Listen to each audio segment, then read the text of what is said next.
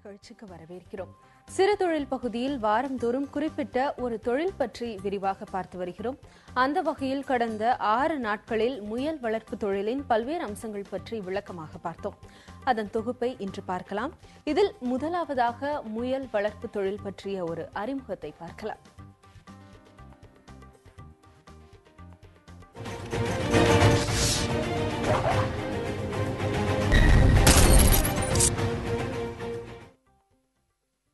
அசைவ உணவு என்றாலே மீன், ஆடு, கோழி போன்றவற்றின் இறைச்சி என்ற கருத்து பரவலாக உள்ளது. ஆனால் பல்வேறு காரணங்களுக்காக மற்ற சில விலங்குகளின் இறைச்சிகளுக்கும் சந்தையில் வரவேற்பு பெருகத் தொடங்கியுள்ளது. அந்த வரிசையில் இன்று பலராலும் விரும்பப்படும் உணவாக முயல் இறைச்சி மாறி வருகிறது. எனவே ஆடு, கோழி வளர்ப்பை போல முயல் வளர்ப்பும் இன்று பலரது கவனத்தை ஈர்க்க தொடங்கியுள்ளது என்கிறார் கால்நடை மருத்துவ பேராசிரியரான முத்துசாமி.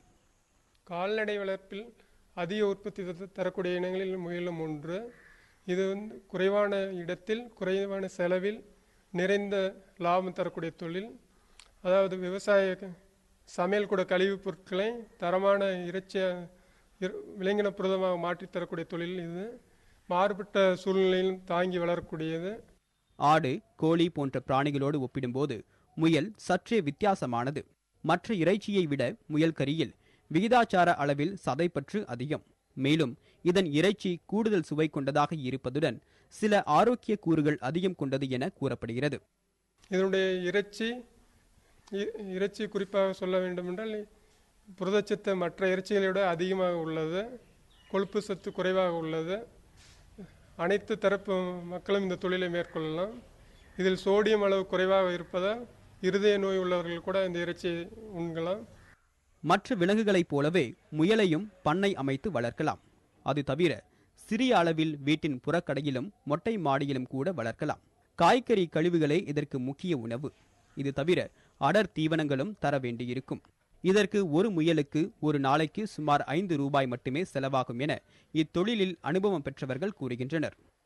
தீவனம் பார்த்தீங்கன்னா ஒரு முயல் 100 கிராம் சாப்பிடுது. இன்னைக்கு காட்டு பாகத்தில் கொடுக்கக்கூடிய விலை பார்த்தீங்க அப்படின்னு சொன்னாக்கா 25 ரூபாயில் கொடுக்குறாங்க 1 கிலோ. ஆனால் டிரான்ஸ்போர்ட்டேஷன் அது இது சேர்த்திங்கன்னா 28 ரூபா வரும். 28 ரூபாய்னா கூட 100 கிராம் நீங்கள் அது தீவனம் கொடுத்து தான் ஆகணும். தீவனம் 100 கிராம் போது 2 ரூபாய் 80 பைசா எடுத்துங்களா.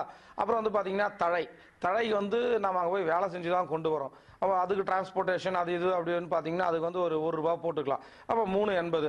அப்புறம் பார்த்தீங்கன்னாக்கா அந்த ஆளுங்களுக்கு போகிற வர கூலி, கூண்டு தேய்மானம், அப்புறம் பார்த்தீங்கன்னா அந்த மெடிசன் இதெல்லாம் அந்த மருந்தெல்லாம் கொடுக்குறீங்களா, டானிக் இதெல்லாம் கொடுத்து பார்த்தீங்கன்னு சொன்னால் அது ஒரு 1 ரூபா ஆகும். அப்புறம் 3.80, 4.80, அதாவது ஒரு 5 ரூபாய்க்குள்ள ஒரு நாளைக்கு ஒரு முயலுக்கு ஆகக்கூடிய செலவு இவ்வளவுதான் ஆகும். இறைச்சிக்காக வளர்க்கப்படும் மற்ற வகை பிராணிகளை விட முயல் இனவிருத்தி அம்சத்திலும் மாறுபட்டது. ஒரு முயல் ஒரு முறைக்கு 6 குட்டிகள் வரை, ஆண்டில் மொத்தமாக 30 முதல் 35 குட்டிகள் வரை ஈனும் என்றும் பண்ணையாளர்கள் கூறுகின்றனர். இவற்றை விற்பதன் மூலம் கணிசமான லாபம் பார்க்க முடியும் என கூறப்படுகிறது. முயல் அதிக உற்பத்தி தரக்கூடியது.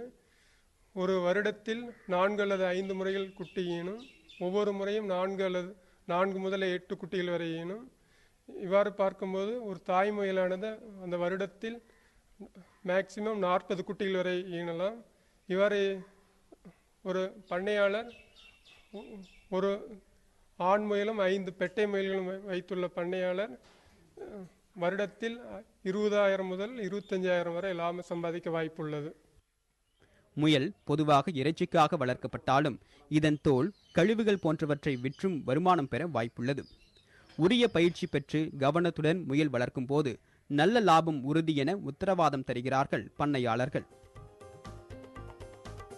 முயல் வளர்ப்பு தொழிலை தொடங்க நினைப்பவர்கள் அவற்றை எங்கே வாங்குவது, வாங்கும் போது எந்தெந்த விஷயங்களில் கவனமாக இருக்க வேண்டும் என்பன போன்ற விவரங்களையும் அறிய வேண்டியது அவசியம். இது போன்ற விவரங்களை தற்போது அறியலாம். முயல் வளர்ப்பு தொழிலை தொடங்குவது மிகவும் எளிது. 10 முயல்களுடன் சிறிய அளவில் இத்தொழிலில் இறங்கிவிட முடியும். இவற்றை வாங்க சில 1000 ரூபாய்களே செலவாகும். இது தவிர கூண்டு, தீவனம் உள்ளிட்டவற்றையும் சேர்த்தால் சுமார் 25,000 ரூபாய் முதலீட்டிலேயே இத்தொழிலை தொடங்கிவிடலாம். ஏற்கனவே பண்ணை வைத்திருக்கும் பண்ணையாளர்களிடமே முயல்களை வாங்க இயலும். நாமக்கல்லில் உள்ள கால்நடை மருத்துவ கல்லூரியிலும் முயல்களை வாங்கலாம். முயல் வாங்க நினைக்கிறவங்க கால்நடை மருத்துவக் கல்லூரி நாமக்கல்லில் இருக்கிற பண்ணையில் தேவையான முயல்களை வாங்கிக் கொள்ளலாம். அப்போதைக்கு